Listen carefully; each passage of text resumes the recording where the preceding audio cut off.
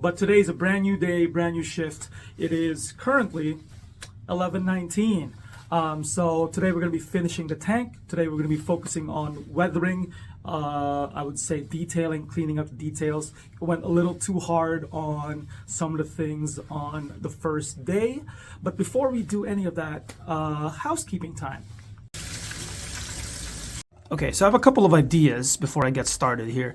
First and foremost, again, cleanup. This will be majority of the day. But regarding weathering, I want it to be focused going this way. This is a massive tank. I already told you that guy is 7.5 feet tall. He looks that small. It's also quite speedy for a tank of this size. So I want the weathering to be focused on going this way as it's trudging through terrain, being shot at by enemy fire. So everything will be going this way. It's hitting it this way. So any and all damage will be like that, and weathering and such. So yeah, and this one in particular, I initially thought, you know what, this is a mistake. I put too much, which I actually did put a little too much, and I didn't wipe it off enough on the dry brushing part.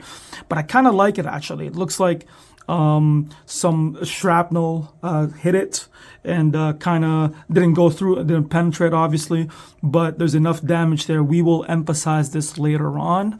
And, you know, same with this one here. This one, I was just flicking my brush, being really careless. This was an accident. I didn't mean for that to happen. But you know what? We'll stick with it. Same with that part right there. An accident. But I like it. We will be focusing on a lot of battle damage today. First, we'll be cleaning up that clean spot with Agrax Earthshade. And by cleaning up, I mean dirtying it up. So directly from the pot.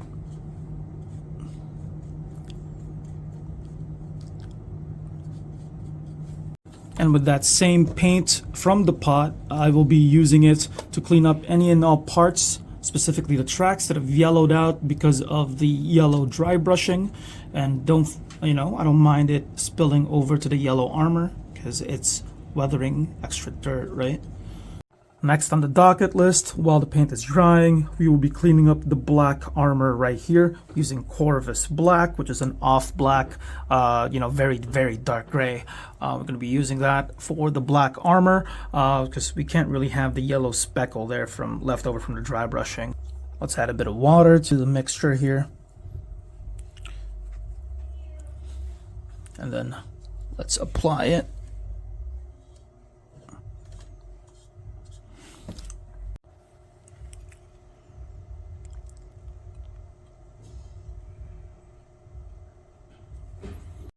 So we're going to be cleaning up the part that scares me the most, the yellow armor.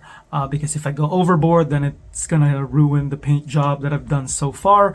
But we'll see. I'm going to be cleaning it up with Avalanche Sunset. Oh, no, sorry. This is Phalanx Yellow. If it's a little too much, I'm going to tone it down a little bit with a maybe 70-30 mix of Avalanche Sunset. This is the 30 mix, 70 of this. This is the paint that I used for the dry brushing aspect of the yellow armor. Focus, please. So yeah, we'll see how it goes. Hopefully it's not too much. I'm going to be using this 000 Vallejo synthetic brush from part of the old Vallejo brush line, and I'm using it because it's very precise.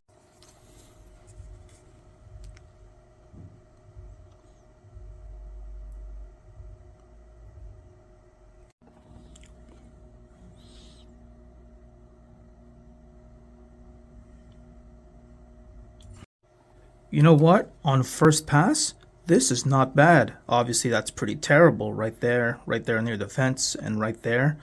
I don't know why I painted the inside of that. It should be the outside because the outside will face more weathering and therefore will get bleached more, will face a lot more repaints.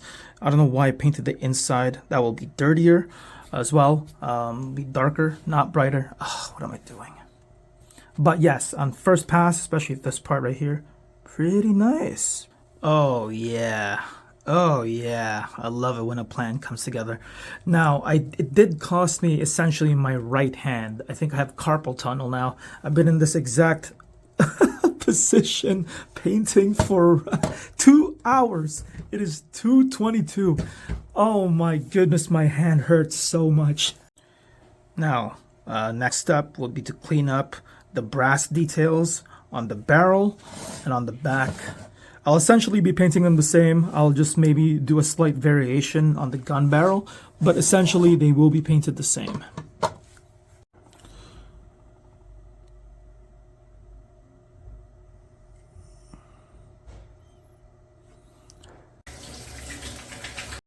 We're going to be using Liberator Gold, which will be then applied towards the back of the barrel rather than the front, because this will be, you know, where the majority of the firing will take place. So muzzle burn, it will be darker. Same with this part, same with the exhaust. No muzzle burn here, but it would still be darker where the actual ports are. Remember what I said 40 seconds ago that I'm going to apply it more towards the back? Yeah, well, I changed my mind. Same with the smokestacks right there. You can see it. I changed my mind when I was painting it. Now what I'm going to do is apply Agrax Earthshade, which is brown, towards more the tips, right? To simulate muzzle burn and such. And then I will dry brush it with silver for all of them. And then for the barrel, maybe a tinge of blue wash.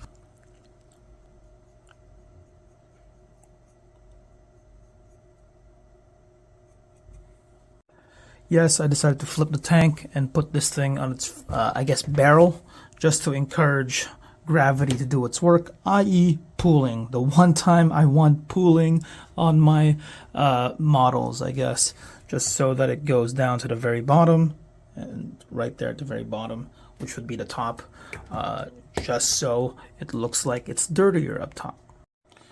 Perfect, perfect. Now all I need to do is add a little bit of silver to the tip right there, and we should be golden. I will be using Rune Fang steel for this one, and just going to be applying it to the tip. For the muzzle burn, I mixed 2/3 Magos purple with 1/3 Witching Hour blue. This is what the mixture looks like. I'm going to be applying it over to the tiny barrel first.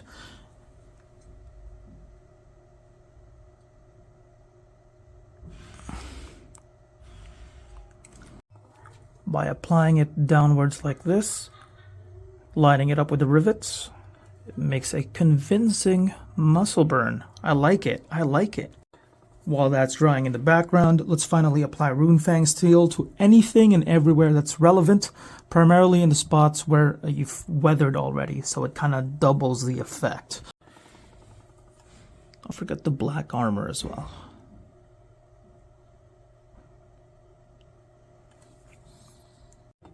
Not bad, not bad.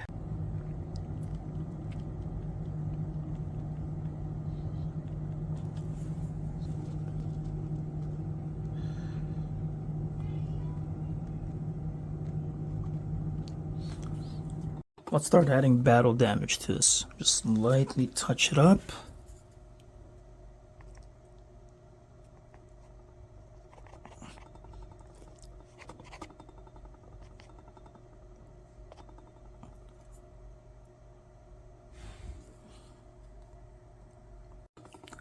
Technically speaking, this is stippling.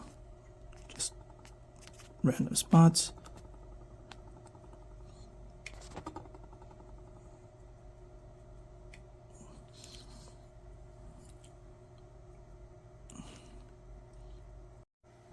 Oh yeah. Now, one last step, which is to apply Agrax Earthshade to simulate mud splashing around the armor.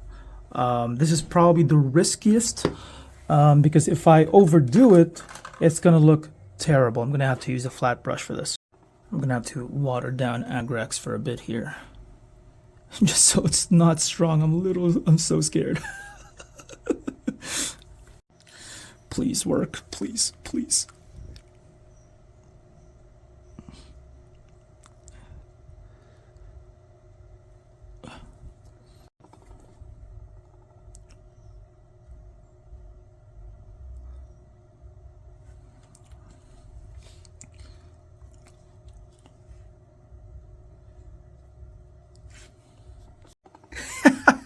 Yes, yes, it worked.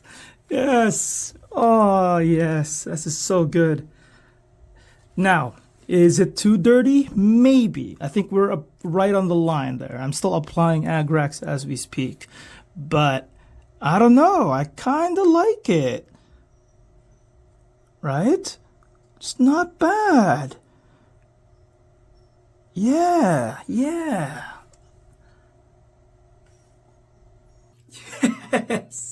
I basically completed a tank at the buzzer. It's 4:58. So, yes, it's appropriately grimdark,